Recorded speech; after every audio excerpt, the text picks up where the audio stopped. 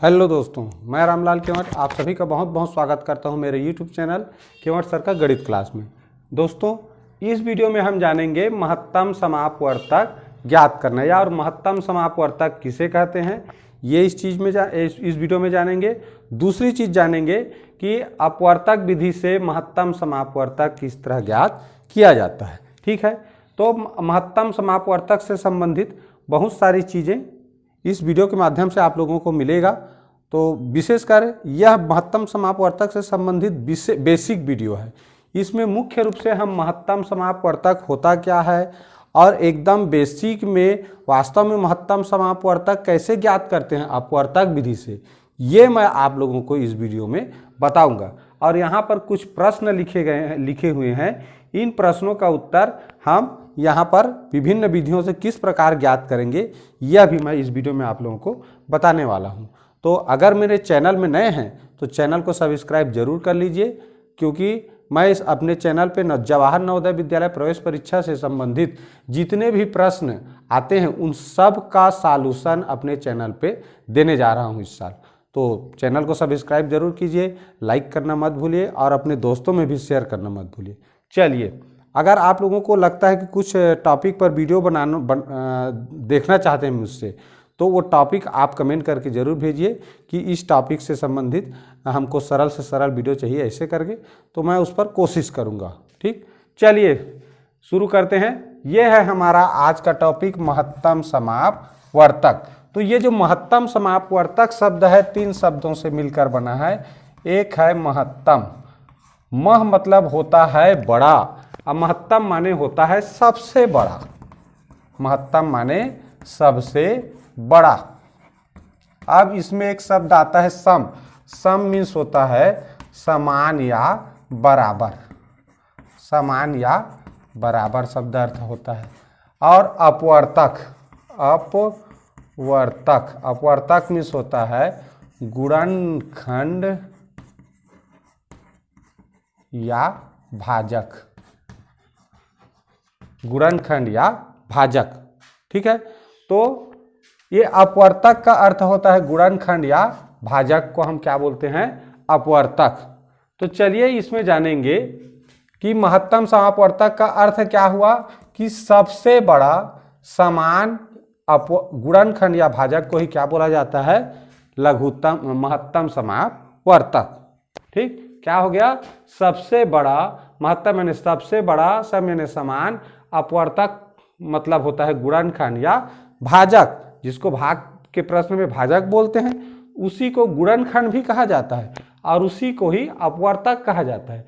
तो इस तरह महत्तम समापवर्तक का अर्थ क्या हुआ, सबसे बड़ा समान अपवर्तक को दी गई संख्या का महत्तम समापवर्तक कहा जाता है। ठीक, चलिए देखते हैं। मान लीजिए यहाँ पर एक उदाहरण है 12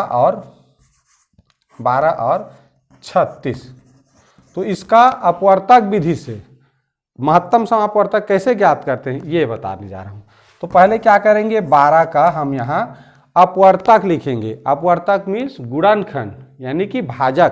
कहने का अर्थ क्या हुआ कि यह जो 12 है कौन कौन से संख्या के पहाड़ा में आता है उसी को यहाँ लिखना है। तो आप सब भी जान रहे हैं जो 1 है, 1 के पहाड़ा में हर संख्या आता है। ठीक है, तो 1 पहला भाजक हुआ। 1 के बाद देखें 2 के पहाड़ा में 12 आता है। 2 से बड़ा 3 के भी पहाड़ा में 12 आता है। 3 के बाद 4 आता है, तो 4 के भी पहाड़ा में 12 आता है। 4 के बाद 5 आता है, तो 5 के पहाड़ा में नहीं आता तो उसको नहीं लिखेंगे। उसके बाद 6 के पहाड़ा में भी आता है। उसके बाद देखिए जब भी 6 दूनी 12 हो गया ना, 6 आधा आ गया इसका। इसके बाद 12 के ही पहाड़ा में आता है, क्योंकि 7, 8, 9, 10, 11 के पहाड़ा में 12 नहीं आता। तो इस तरह 12 की ये क्या है, सब अपवर्तक हैं। क्या है, अपवर्तक। हमने 12 का अपवर्तक लिखा, 1, 2, 3, 4, 6, 12। उसी तरह 36 का भी लिखेंगे। तो 36 का देखो 1, ध्यान रखें अपवर्तक लिखते समय कि 1 सबसे छोटा अपवर्तक होता है। 1 के पहाड़ा में सभी आता है, माने 1 सब का भाजक है, 1 सब का गुणनखंड है या सब का अपवर्तक है। ये जितने भी लिखे हैं इसको अपवर्तक बोल सकते हैं 12 के, या 12 के गुणनखंड बोल सकते हैं, या 12 के भाजक बोल सकते हैं। चूंकि महत्तम समापवर्तक पाठ में हमको यहाँ पर क्या शब्द प्रयोग करना है इनके लिए, अपवर्तक। ठीक, भाजक या गुणनखंड शब्द नहीं करेंगे, ये हम पहले से जान रहे हैं कि गुणनखंड किसे कहते हैं और भाजक किसे कहते हैं। तो यहाँ पर ये सब क्या है, अपवर्तक है, इन्हीं के पहाड़ा में आता है।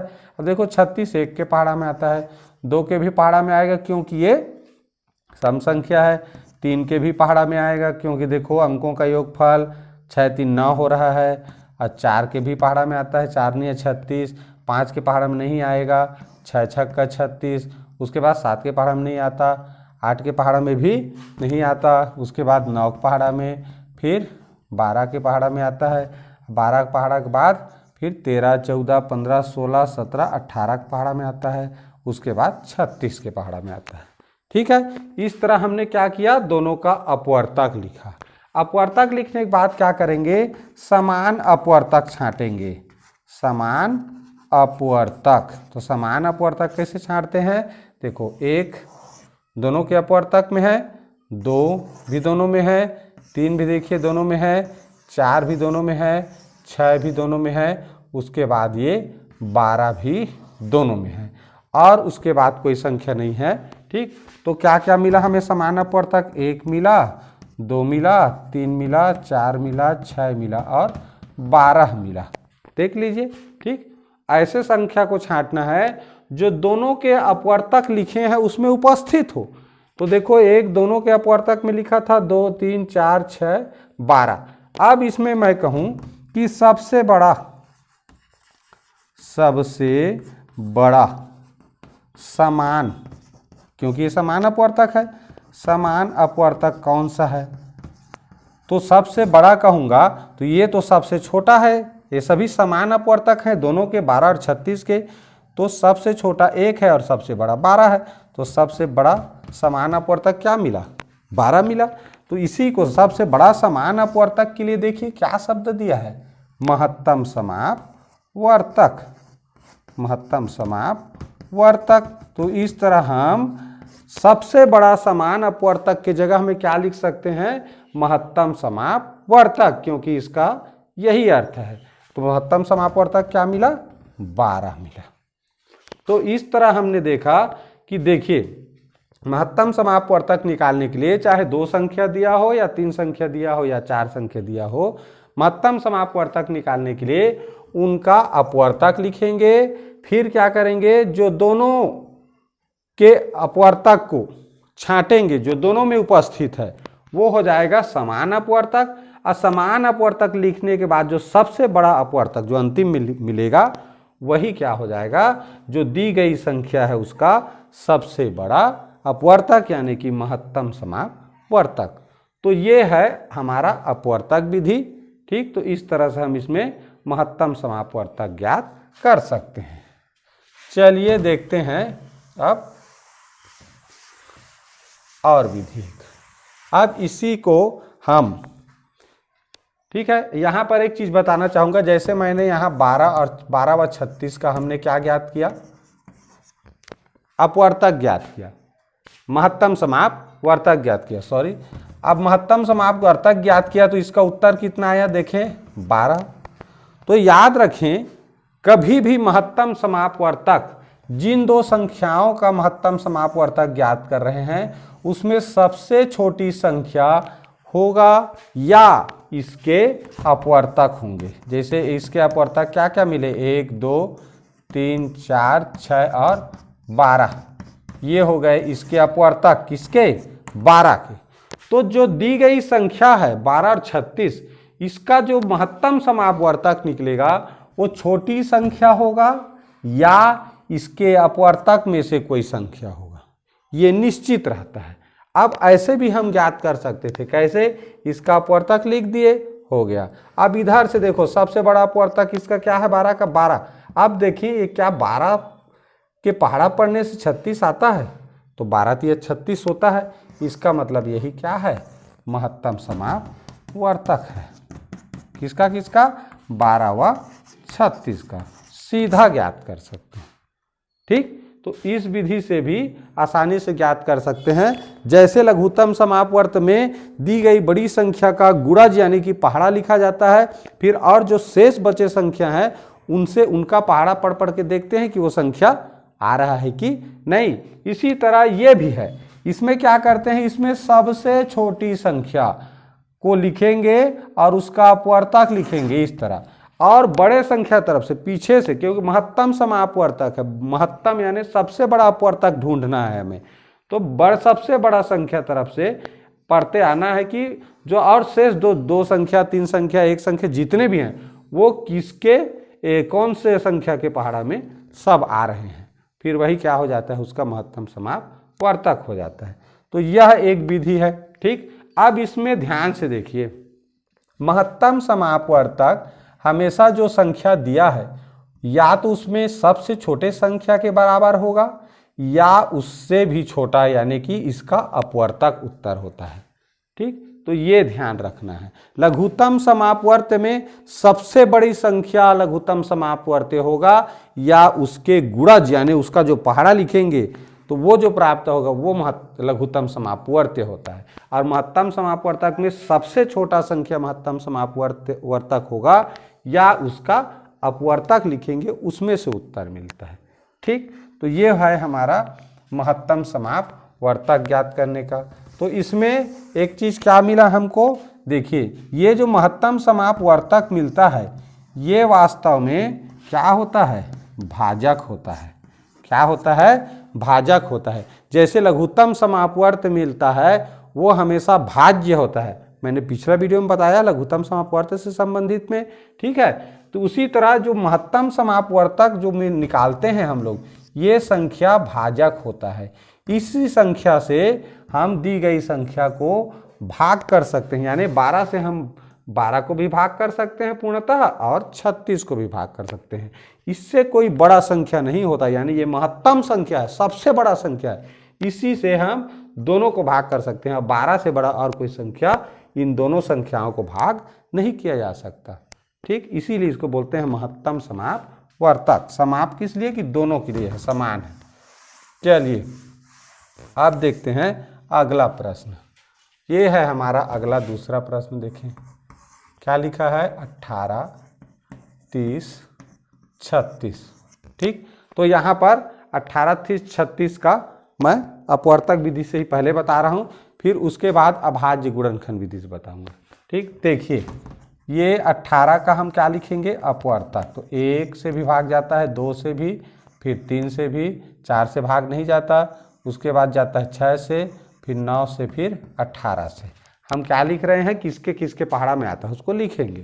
ठीक, उसी तरह 30 को देखें तो 1 के पहाड़ा में तो सब संख्या आता है, 2 15 30, फिर 3 10 30, उसके बाद आता है 6 से, 6 5 30, सॉरी यहाँ से 5 6 30, फिर 6 के पहाड़ा में आता है, फिर ये हो जाएगा 10 के पहाड़ा में, 15, फिर 30, इस तरह।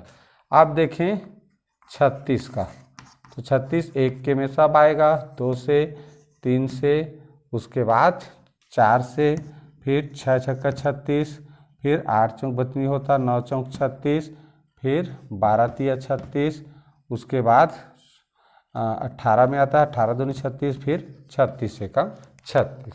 ये लिख लिया हमने तीनों का अपवर्तक। अब देखेंगे क्या क्या है जो समान है, समान अपवर्तक छांटेंगे। देखो 1 तीनों के अपवर्तक में है, 2 भी तीनों में है, 3 भी तीनों में है, और देखिए 6, हाँ 6 भी देखिए तीनों के अपवर्तक में शामिल है। 9 देखें तो 9 इसमें तो है, इसमें है, इसके अपवर्तक में नहीं है। अब ये 18 देखें तो 18 भी सब में नहीं है। अब देखिए इधर तो है नहीं, तो 18 नहीं है, मतलब हमने देखो सबसे छोटा जो अपवर्तक है उन्हीं के अपवर्तक को मिलाते जाएंगे ना। 18 30 36 में सबसे छोटा संख्या क्या है, 18 है, तो इसमें जितने भी संख्या रहेंगे सबसे छोटी संख्या उन्हीं को मिलाकर देखेंगे। ध्यान रखना इस चीज को, सबसे छोटे संख्या के अपवर्तक को मिलाकर देखना है कि सब में है कि नहीं। तो 1 दोनों सब में मिला, 2 भी, 3 6 और बस 6 तक। तो इस तरह समान अपवर्तक हमको क्या मिला, देखते हैं। 1 मिला, ये 2 मिला, और 3 मिला और 6 मिला। अब मैं पूछूं इसी में सबसे बड़ा अपवर्तक कौन सा है? स्वाभाविक सी बात है, सबसे बड़ा ये है, सबसे छोटा ये है। तो सबसे बड़ा अपवर्तक क्या मिला हमको? सबसे बड़ा समान अपवर्तक ना, क्योंकि ये समान अपवर्तक है, उसी में से बड़ा छाटे। सबसे बड़ा समान अपवर्तक, तो सबसे बड़ा समान अपवर्तक मिला हमको 6। तो यही क्या है? 18, 30 और 36 का महत्तम समापवर्तक है, सबसे बड़ा भाजक है कहें। यही सबसे बड़ा भाजक है जिससे इनको तीनों संख्या को भाग कर सकते हैं। देखो 6 × 18, 6 × 5 = 30, 6 × 6 = 36। 6 से बड़ा ऐसा कोई संख्या नहीं है जिससे इन तीनों संख्या को हम भाग कर सकें। इसीलिए इसको बोला जाता है महत्तम समापवर्तक इन तीनों संख्याओं का। ठीक है, ये हो गया। तो चलिए यहाँ पर एक और विधि बता देता हूँ जिसके तहत ये सब लिखने की जरूरत नहीं पड़ता, अब आसानी से जान सकते हैं। जैसे मैं क्या बोला हूँ, सबसे छोटी संख्या देखेंगे तो सबसे छोटी संख्या इसमें 18 है। अब 18 का अपवर्तक लिखेंगे तो 1 से भाग जाता है, 2 से, फिर 3 से, उसके बाद 4 से नहीं जाता, 6 से जाता है, 6 × 3 = 18, 9 × 2 = 18, उसके बाद 18 × 1 = 18। अब यहाँ देखना रहता है, इधर से पीछे तरफ से आएंगे कि किससे किससे। अब ये 18 का हमने क्या किया, अपवर्तक लिख दिया, 18 को गोल घेर दो। हमारे पास 2 संख्या बचा है, इसी दोनों को चेक करना है। देखिए 18 के पहाड़ा में क्या 30 और 36 आता है? नहीं आता। 18 दूनी 36 तो आया, लेकिन 30 नहीं आता। इसका मतलब ये महत्तम समापवर्तक नहीं हो सकता। 9 का देखें तो 9 के पहाड़ा में 36 तो आता है, 9 × 4 = 36, लेकिन 30 नहीं आता। मतलब ये संख्या भी महत्तम समापवर्तक नहीं है। अब देखिए 6 से, तो 6 के पहाड़ा में 6 × 5 = 30 और 6 × 6 = 36, यानी 6 के पहाड़ा में 30 भी आता है और 36 भी आता है। और चूंकि 18 का अपवर्तक है तो 18 तो आएगा ही भाई। तो इस तरह ये संख्या क्या हो गया, 18, 30 व 36 का महत्तम समापवर्तक बराबर हो जाएगा 6। तो ये बहुत अच्छा तरीका है। क्यों अच्छा तरीका है? हमें इसमें सब अपवर्तक को लिखना नहीं पड़ा, उसका समान अपवर्तक छांटना नहीं पड़ा, फिर सबसे बड़ा समान अपवर्तक लिखने का जो झंझट है वो खत्म हो जाता है। तो ये विधि हमें परीक्षा में ऐसे विधियों का प्रयोग करना है, इसी विधि से हल करना सीखना है। अपवर्तक विधि तो हमें समझने के लिए है कि वास्तव में महत्तम समापवर्तक क्या है, उस विधि से बनाना नहीं है। परीक्षा में हमारे पास ये विधि काम में आएगा। और दूसरा एक और अभाज्य गुणनखंड विधि है जो आगे के वीडियो में मैं बताऊंगा, वो काम आएगा। ठीक है, यही इसमें भी इस प्रश्न पे अभाज्य गुणनखंड विधि बता दूंगा। ठीक है, 2 प्रश्न में अभाज्य गुणनखंड विधि से बनाऊंगा और ये अपवर्तक विधि से चला। ठीक, तो देखिए क्या किए, इसमें सबसे छोटे संख्या का अपवर्तक लिख दिए। अब बड़े संख्या तरफ से जांच करते आना है कि किसके पहाड़ा में जो शेष दी गई संख्या है वो आ रहा है, और जिसके पहाड़ा में भी दोनों संख्या आया यानी शेष 3 संख्या बचा है तो तीनों संख्या को भाग करके देखना है ना। हमारे पास यहाँ 2 ही संख्या बचा था तो दोनों संख्या को भाग किया, जिसके पहाड़ा में आ गया वही तीनों संख्याओं का क्या हो गया, महत्तम समापवर्तक, यानी सबसे बड़ा समान अपवर्तक कहें या सबसे बड़ा भाजक कहें। चलिए ये भी हो गया हमारा कंप्लीट। अब आते हैं तीसरा प्रश्न। अब ये तीसरा प्रश्न में आप लोगों को अभाज्य गुणनखंड विधि, अभाज्य गुणनखंड विधि से बताऊंगा। लेकिन ये अभाज्य गुणनखंड विधि लघुत्तम जो ज्ञात करते हैं उससे अलग है, इस चीज को ध्यान देना है। ठीक है, अभी ये क्या अलग है अभी प्रश्न हल करते समय मैं आप लोगों को बताऊंगा। चलिए देखते हैं प्रश्न, ये तीसरा लिखते हैं। तो अभाज्य गुणनखंड विधि से ज्ञात करने के लिए इस तरह चीज बनाते हैं। यहाँ 51 लिखा है, उसके बाद 85, 85 के बाद 136। तो ये देखिए 3 संख्या है हमारे पास। ये तीनों संख्याओं का हमें क्या ज्ञात करना है, महत्तम समापवर्तक ज्ञात करना है, अभाज्य गुणनखंड। अब इसमें ध्यान क्या देना है, जरा ध्यान से सुनिए। हमें ऐसे अभाज्य संख्या से इसको भाग करना है जिससे 3 संख्या दिया है तो तीनों संख्या विभाजित होना चाहिए।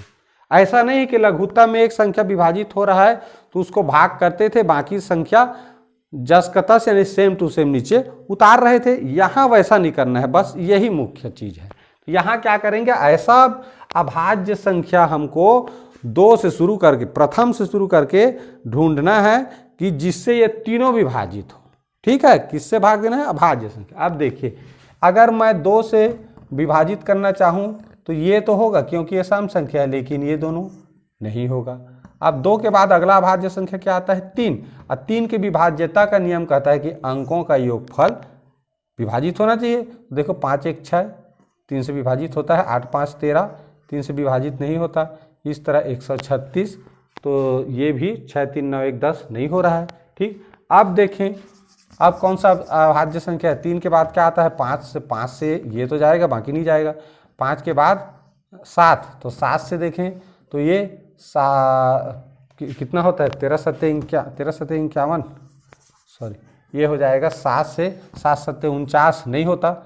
7 में भी, अब 7 में नहीं होता तो क्या आएगा हमारा, 7 के बाद 11, तो 11 से भी ये विभाजित नहीं होता। और 11 के बाद क्या आता है, 13, तो 13 का पहाड़ा पढ़े तो 13 39 13 54 52 नहीं हो रहा है।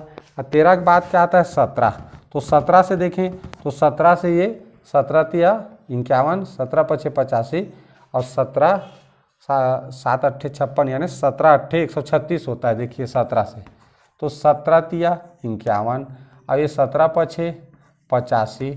अब 17 का मान लीजिए पहाड़ा नहीं आता तो 7 का कितने बार पहाड़ा पढ़ेंगे तो चाहेगा, तो 7 8 56, तो देखना करके 7 8 56 हासिल 5, 8 1 8, 8 5 13, देखिए 136 आता है, माने कि 8 बार में। अब देखिए इस तरह 17 से हुआ, यानी 13 तक जो अभाज्य संख्या से उससे भाग नहीं गया। 17 से ये तीनों संख्या विभाजित हुआ, तो हमें ऐसे संख्या से भाग करना है जिससे जितना भी संख्या का निकालना है महत्तम समापवर्तक को विभाजित होना चाहिए।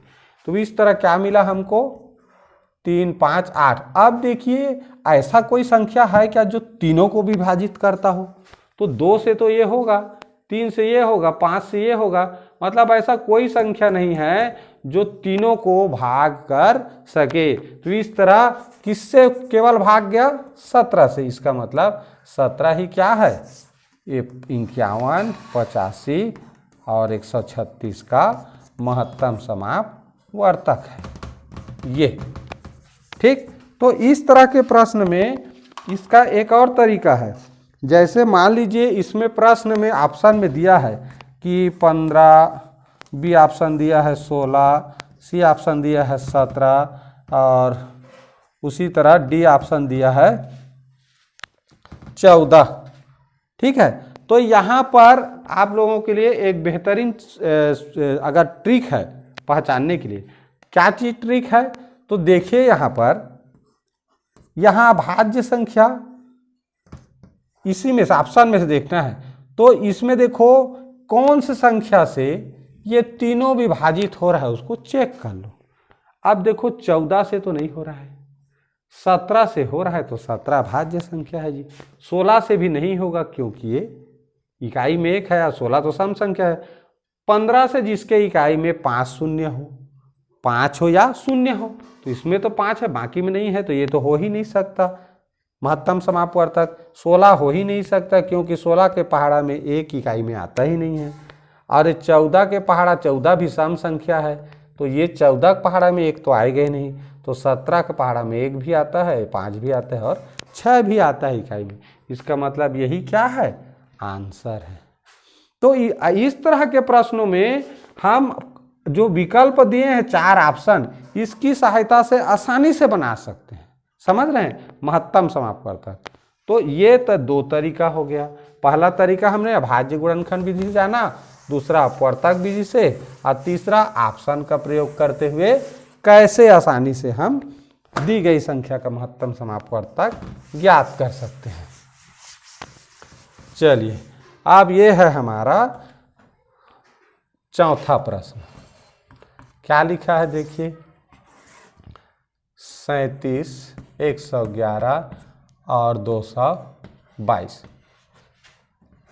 अपवर्तक विधि जब बता रहा था मैं अभी, तो वहां एक चीज बताया हूं कि कोई दी गई जो संख्या है, हमारे पास यहाँ 3 संख्या है और इसका महत्तम समापवर्तक ज्ञात करना है। तो महत्तम समापवर्तक हमेशा सबसे छोटी संख्या, तो इसमें सबसे छोटी संख्या 37 है, तो उसका हमेशा या तो वो सबसे छोटी संख्या होगा या उसके अपवर्तक में से कोई होगा। तो इसके अपवर्तक क्या होंगे? 1 और 37। मैंने तुरंत क्यों लिख दिया? क्योंकि मैं जान रहा हूं कि 37 एक क्या है? अभाज्य संख्या है, और अभाज्य संख्या के केवल 2 ही अपवर्तक होते हैं, एक होता है और दूसरा स्वयं। तो इसका अर्थ क्या हुआ कि इन दोनों में से ही कोई उत्तर है एक। ये क्लियर हो गया, क्योंकि सबसे छोटी संख्या का ही अपवर्तक महत्तम समापवर्तक होता है। ये चीज इस प्रश्न की विशेषता है। तो आप देखेंगे क्या 37 से ये जो शेष संख्या है वो भाग जाता है कि नहीं जाता? तो 37 का तो पहाड़ा हम नहीं जानते, तो कैसे जानेंगे? तो क्या करेंगे? देखें 111 लिखा है, तो ये 37 में से ये 7 जो इकाई में लिखा है 7, इसका पहाड़ा पढ़ते हैं तो 1 कब आता है? तो देखें 7 1 कम 7, 7 दूनी 14, 7 तिया 21, इकाई में 1 आया। इकाई में 1 आया मतलब 3 का पहाड़ा पढ़ने से शायद ये आ जाएगा। देखो 3 7 21 हासिल 2, 3 तिया 9 और 9 2 11, मतलब 37 का 3 बार पहाड़ा पढ़े तो 111 आ रहा है, मतलब 37 से ये विभाजित हो जाएगा। और 37 एक अभाज्य संख्या है, अभाज्य संख्या से भाग करना रहता है। अब देखिए इसको चेक करते हैं, तो देखिए 222 में इकाई में 2 लिखा है, तो हमको देखना है यहाँ ये 37 की इकाई में 7 लिखा है, तो 7 का कितना बार पहाड़ा पढ़े तो इकाई में 2 आएगा। तो देखो 7 1 कम 7, 7 दूनी 14, 7 21, 7 4 28, 7 5 35, 7 6 42, 7 7 49, 7 8 56, तो 7 नहीं है, देखो 7 6 42, तो यहाँ पर इकाई में 2 आ गया ना, तो 2 आ गया, कितना बार में आया? 7 6 42। अब देखिए 2 आ रहा है मतलब आएगा, चेक करते हैं। 2 आया क्योंकि हमको 2 लाना है, तो आ रहा है कि नहीं ये 222, ये भी चेक कर लेना है। तो 6 7 42 की 2 हासिल 4, 6 3 18, 18 4 22। देखो 37 का 6 बार पहाड़ा पड़े 222 आ रहा है। तो इस तरह 37 से क्या हुआ है? 37 से कम 37 है, 37 तिया 37 छक्का हो गया, भाग चला गया। अब देखो ये क्या मिला? 1 3 6। अब ऐसा कोई संख्या नहीं है जिससे 1 3 और 6 को विभाजित किया जा सके। तो इस तरह क्या मिला हमको? 37। तो यही क्या है? 37 ही महत्तम समापवर्तक है। किसका? 37 111 और 222 का। ठीक, तो ये विधि है। हम अपवर्तक लिख लें और लिखने के बाद किससे भाग जा रहा है शेष जो बचा संख्या है वो उसको जांच कर लेना है। ठीक है, ये हो गया हमारा अभाज्य गुणनखंड विधि से दी गई संख्याओं का महत्तम समापवर्तक ज्ञात करना। अब यहाँ पर कुछ चीज और लिखा है जो एक बहुत ही जरूरी तथ्य है, जिसके बारे में अगर हमें याद रहेगा तो बिना हल किए प्रश्न को खाली पढ़ के तुरंत बना सकते हैं। तो क्या लिखा है यहाँ देखिए, क्रमागत प्राकृत सम विषम एवं अभाज्य संख्याओं का महत्तम समापवर्तक निकालना। तो कैसे निकालते हैं देखिए, हम लिख देते हैं यहाँ क्रमागत। क्रमागत को ही बोला जाता है लगातार, शब्द लिखा रहता है। तो लगातार, ठीक, लगातार प्राकृत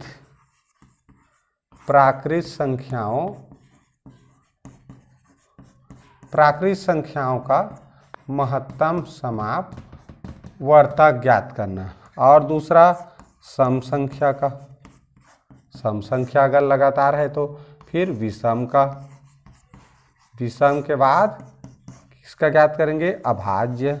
4 तरह के संख्या का महत्तम समापवर्तक कैसे ज्ञात किया जाता है? अगर वो लगातार यानी क्रमागत हो। ठीक, अब देखिए प्राकृत संख्या मैं लिखता हूं, मान लो लगातार, तो 1 2 3 4 ये सब क्या है? लगातार प्राकृत संख्या है। ये भी लगातार प्राकृत संख्या है। 63 64 65 लगातार मतलब ठीक क्रम से आने वाला, तो 63 के बाद 64 आता है, 65 आता है। इसी तरह कहूँ कि 100, तो अगला 101 आएगा, इसी तरह 2 आएगा। ये सब क्या है? क्रमागत प्राकृत संख्या है, यानी कि लगातार आने वाला प्राकृत संख्या है। तो ऐसे संख्याओं का अगर महत्तम समापवर्तक जानना है तो याद रखें, प्राकृत संख्याओं का महत्तम समापवर्तक हमेशा एक ही होता है।